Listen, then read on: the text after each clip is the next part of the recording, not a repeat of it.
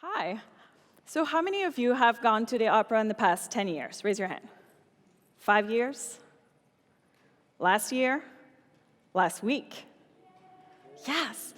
Okay, well, I want to talk to you about opera, and particularly, the misconceptions about what opera is. So, when you think about opera, a lot of people see this lady standing on stage with her horn hat, just standing there, right? And in obscure language for hours on end. Well, that's not the opera I like, and I really want to share with you how opera can be exciting. So, when people ask me, what do you do for a living? I love saying I'm an opera set designer, not just a set designer, because it immediately engages a conversation. People usually look at me and they're like, aren't you like a little young to be working in such an old art form? Well, old is a very interesting word, because when you think about it, we don't say old for theater, dance, sculpture. Opera is actually a little bit over 300 years old. So, for me, I always see it as a challenge and to get them excited into what it was and what it can be. I want to take you back to where, it all started. Originally, when you would go to the opera, you go out with your friends, so you get dressed up, just like you go when you go to a club or a restaurant. And then you would go into the theater. Now, the theaters that you see now are very different to what they were then. So you walk into this space, and it's absolutely incredible because it's all modern art surrounding you, right? So it's super hip. You have the latest fashion on stage. You have your contemporaries writing music. So all of this creates conversations with your peers. Where we are now is, we have all these amazing composers who definitely, just like, when a painter paints a painting, they want to see the art form keep evolving. So obviously, these composers were not dead set on, this is the original production and you must do it for perpetuity. I want to talk about different interpretations of opera. So, a lot of us here have grown up with seeing The Barber of Seville, but not actually at a theater, but watching it, the Warner Brothers version with the Looney Tunes, right? So opera, you haven't necessarily gone to the theater space and actually seeing it live. One of the reasons why I love opera is it's the Olympic of all art forms. So for instance, you have live singing, and I don't know if you know this, but they're not mic, which is incredible, just that in itself. You have a live orchestra, you have incredible drama on stage, and then the visuals, you have the sculptural, and then you sometimes have art, you have projections. So as a set designer, part of my job is actually providing the context of the story. So are we telling the story on Mars? Or are we actually having it in the subway? Or in a completely empty space? So that's adding a layer to the storytelling. So this is a recent production that we just did last weekend in Omaha. It was Così fan tutte. And this is definitely not your great-grandmother's opera, right? So everybody, it was a giant party. Everybody was in a nightclub. And the idea was that there were two couples that were there for the evening, and then two young gentlemen basically make a wager on whether or not their girlfriends are going to be faithful. Now, Mozart wrote this in 1790. This looks nothing like 1790. So with the director, Andrew Eggert, what we did is we went through the text and the score and kind of figured out what was common then and what was common now to kind of like make it more accessible to the audience. Because that's also part of my job, is to get you excited and to pay attention to the story and to really be engaged into the music as well. Sorry. So, one of the scenes was, the boys were kind of like dancing on top of a bar. Again, not what you would expect when you go to the opera, not the previous image that I showed you of the lady. And so that was one of the devices that we use as set design, is to actually update it to its contemporary. Now, another production that I've also done in Omaha was Bluebeard Castle. Now, this one, the idea is that I don't know how much you know the story, but basically the idea is that this lady, she's newly married, and with her husband, she kind of explores the castle that they just moved into. And now we didn't want to portray exactly what each of these rooms were, we wanted to create emotions. So one way for us to do that was actually integrating video that was designed by Katie Tucker into the set design. So that's another device. So it's kind of like triggering ideas into your head as you're watching the production.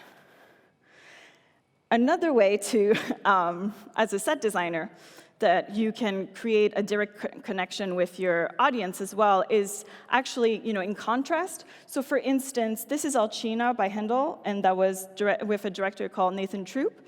And so the idea was for this production that we were going to use the period silhouettes, which actually looks pretty cool, but instead of worrying about period gestures, because this is Baroque music, what we wanted to do was to create a really stale, cold environment that felt very modern.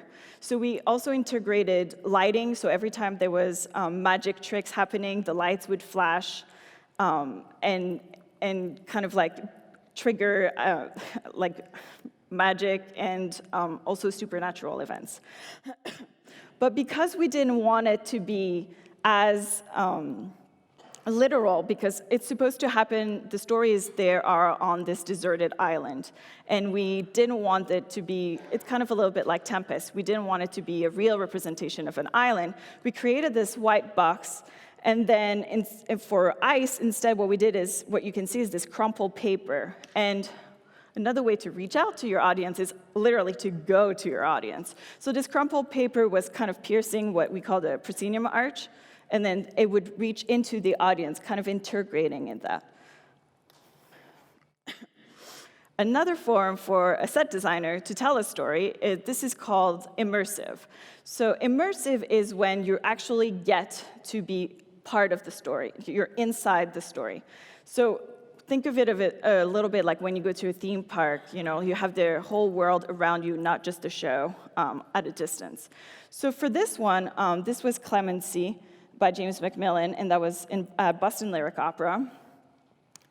This one, the audience was separated into 4 groups, and so it's the story of Abraham and Sarah, and they are inviting us into their home. So what we did is the group was separated into the living room, the kitchen, the garden, and the kids' bedroom. And so everybody was like at different corners of the room. Everybody got to see the show and experience the show. But what was incredible is everybody got to have a different point of view of the show and kind of creating, again, that conversation when you're talking with the audience. So for instance, you're all staring at me from what we call one angle, but at the same time, you're having a different perception of the show seated here versus there. Different sides. So that's another way also to create interest into the piece. And then the last one, this is the trickiest for a designer, and I love it, probably because it's the hardest. It's site-specific immersive opera. So what that means is, forget going to a theater, you're actually going to a specific location to experience this. So in this case, imagine it's like an old armory type of a building. And so we were doing In the Penal Colony by Philip Glass. And the idea was that you were, as an audience member, going as if you're about to see an execution. So, very happy story. As you were entering the space, what we wanted to create was, first of all, there's all the atmosphere that you get to have to immediately draw your audience in, right? So the ceiling was really incredibly tall, and because it was copper, it would naturally crackle when it would heat up, so it was already creating this very creepy, haunted feeling. And as you were entering, we would hand you a cushion that you would take with you. Now, as I said, the set designer is not only for the design, but it's also the acoustics. So as you are seated comfortably in your seemingly painted, decrepit chair, you were also comfortable, and you were helping us with the acoustics.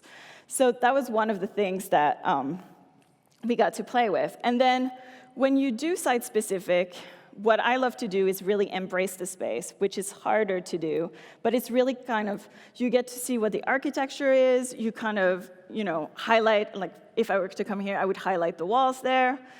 So you really want everybody to get a sense of where we are in terms of location. And for them to be seated facing this stage that was basically 5 times the size of this stage, waiting for an execution, I mean, you can only imagine when the orchestra started, people were already hooked before it even started. So these are all little tricks that I've learned over time in design. I love opera, obviously, and I invite you all to go see opera. Now, you may have gone 5 years ago, but haven't been last year, because perhaps your experience was a little weird, or you didn't know what you were getting yourself into.